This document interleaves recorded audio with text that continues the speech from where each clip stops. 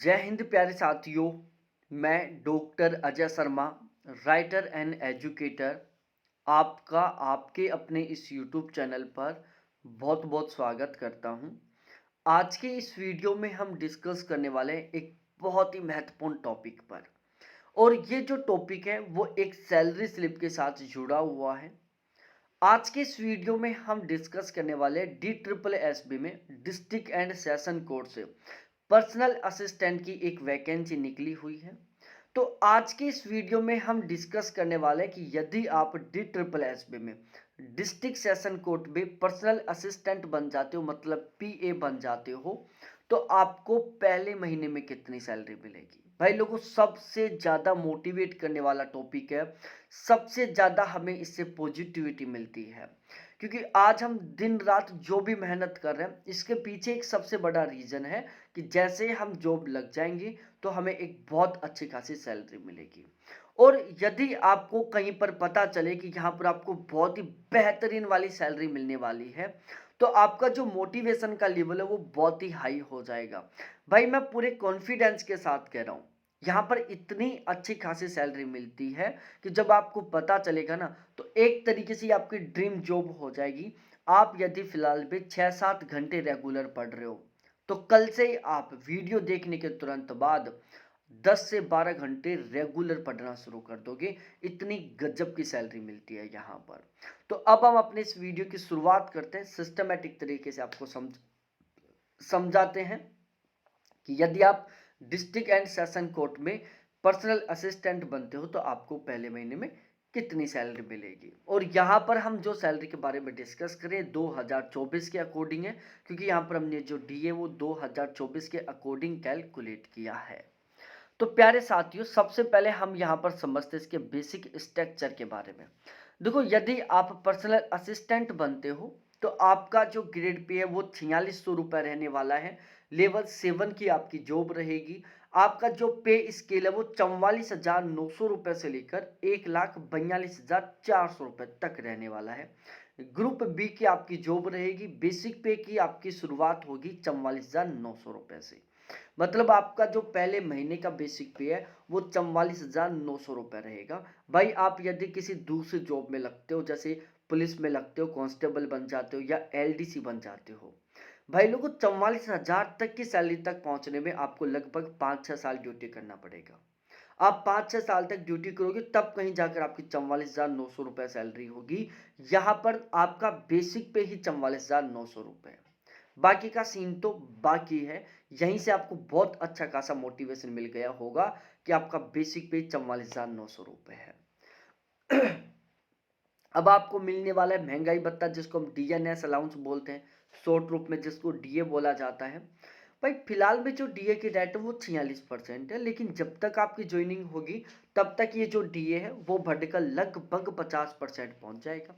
हमने यहाँ पर 50% के अकॉर्डिंग DA कैलकुलेट किया तो 22,450 रुपये आपका DA बन जाता है। उसके बाद हम HRA के बारे में डिस्कस करें।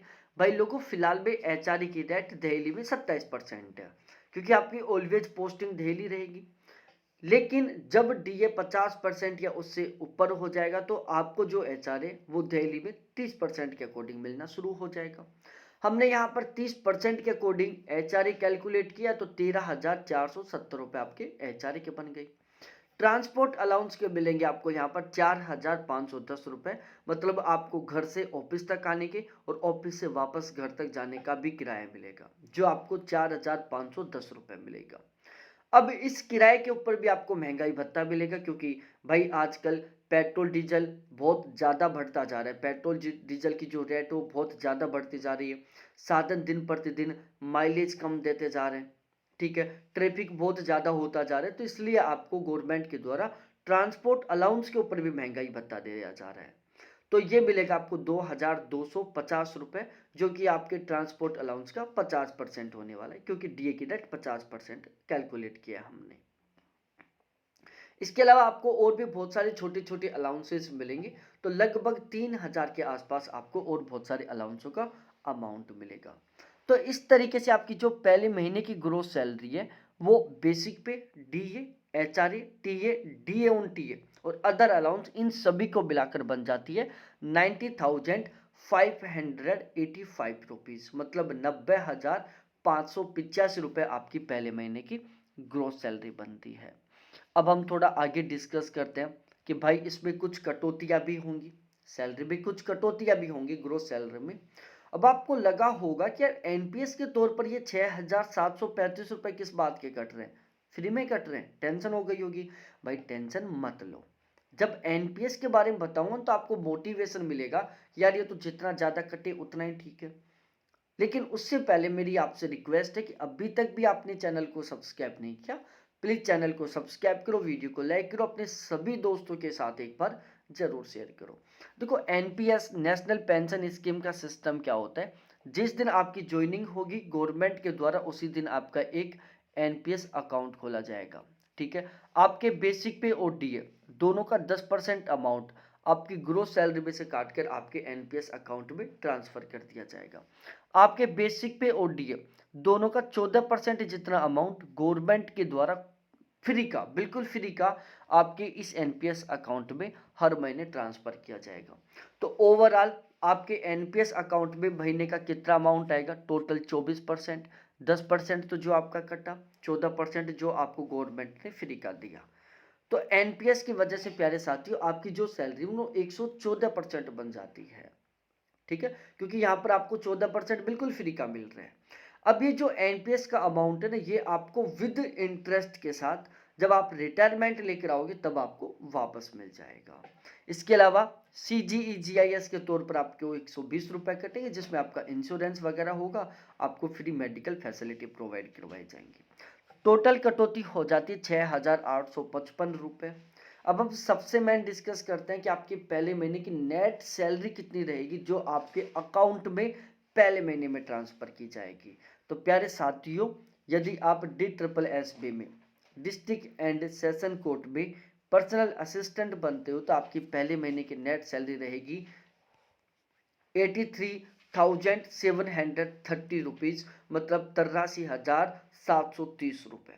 बहुत अच्छी खासी सैलरी है भाई लोगों।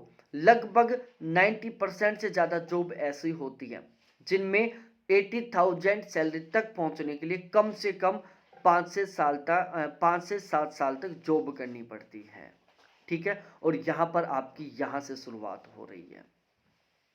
सैलरी में यदि मैं इंक्रीजमेंट के बारे में डिस्कस करूं, बेसिक पे आपका हर साल 3% बढ़ेगा, डीए साल में 2 बार बढ़ेगा, एक बार जनवरी फरवरी में, दूसरा जून जुलाई में। कितना बढ़ेगा ये डिपेंड करता है गवर्नमेंट के ऊपर, लेकिन एवरेज 5% से लेकर 8% के बीच में तो आपका ऑलवेज डीए बढ़ेगा। एचआरए भी बढ़ेगा, लेकिन इसके ये डिपेंड करेगा गवर्नमेंट के रूल रेगुलेशन के ऊपर। एचआरए के मामले में गवर्नमेंट ने अलग से स्लैब तैयार कर रखी है, उसके अकॉर्डिंग आपका एचआरए बढ़ेगा।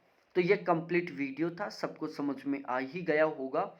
आप चाहते हो कि मैं इसी तरीके से किसी दूसरे टॉपिक पर वीडियो बनाऊं तो आप कमेंट सेक्शन में कमेंट करके जरूर बताएं। बहुत बहुत धन्यवाद आप सभी को देखने के लिए। थैंक्स बाय मेरे प्यारे साथियों। फिर मिलते हैं हम इसी तरीके से किसी दूसरे महत्वपूर्ण वीडियो के साथ।